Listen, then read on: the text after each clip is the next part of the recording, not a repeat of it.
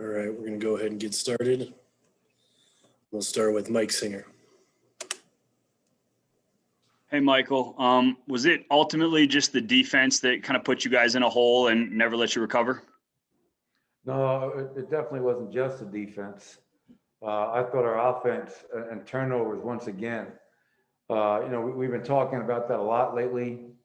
I think the first 3 games of this trip were 28th in the NBA in points given up off turnovers at 23.3. Tonight, we gave up another 20 points off turnovers. The deciding run in this game was to close the second quarter. And obviously, our turnovers led to runouts as well as just not getting back. So, yes, the defense was not anywhere close to where it needs to be, but our offense didn't help us out. Ryan Blackburn. Coach, I felt like you guys found some success against Cleveland, going a little bit smaller, playing Michael Porter at the 4. You decided to go with Zeke Naji at power forward tonight. What did you like from him, and what was the reason that you went away from Porter at the 4? Because Michael started at the 3, and I started Zeke Naji at the 4. So I'm not really sure if I understand the question. And I thought Zeke Naji, played hard, competed, hit actually 2 threes, but he's out of bounds on one of them that went in. And any game minutes that Zeke gets is only going to aid in his development. Leonardo Torres.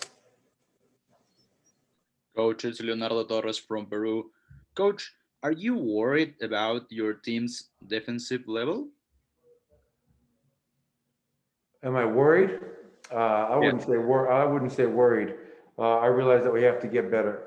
I'm worried that we have 4 rotation players out in Gary Harris, PJ Dozier, Paul Millsap, and JaMychal Green. So I'm playing a lot of young players, guys that are brand new to the NBA, that are going to make mistakes. That is why it's hard to play young players and win at a high level on a consistent level. But I thought the group we closed the game with competed and played hard. I thought to close that second quarter and start the third quarter, it was a 31-13 run for Atlanta. So we definitely have to be better. Harrison Wind. I was just going to ask, Michael, what do you like about Monte's game tonight? 15, 7, and 6, and it seemed like you were really looking to rely on him. Yeah, I was looking for something. It's the worst feeling as a coach when you find yourself in search mode. Your starting unit isn't playing at the level that you need them to play. So you have to turn to somebody on your bench, and you're hoping that they come in and give you a spark in some form or fashion. And obviously, as you mentioned, his numbers, Harrison, I thought Monte Morris, 15, 7, 6, and 0 turnovers. Did a good job for us. Thought Facu's energy, same thing, off the bench, did a good job for us. We just have to play harder, and we have to play better. And this is a very long road trip for our guys. We go home for a 2-game homestand, and then back on the road for 4 more prior to the break.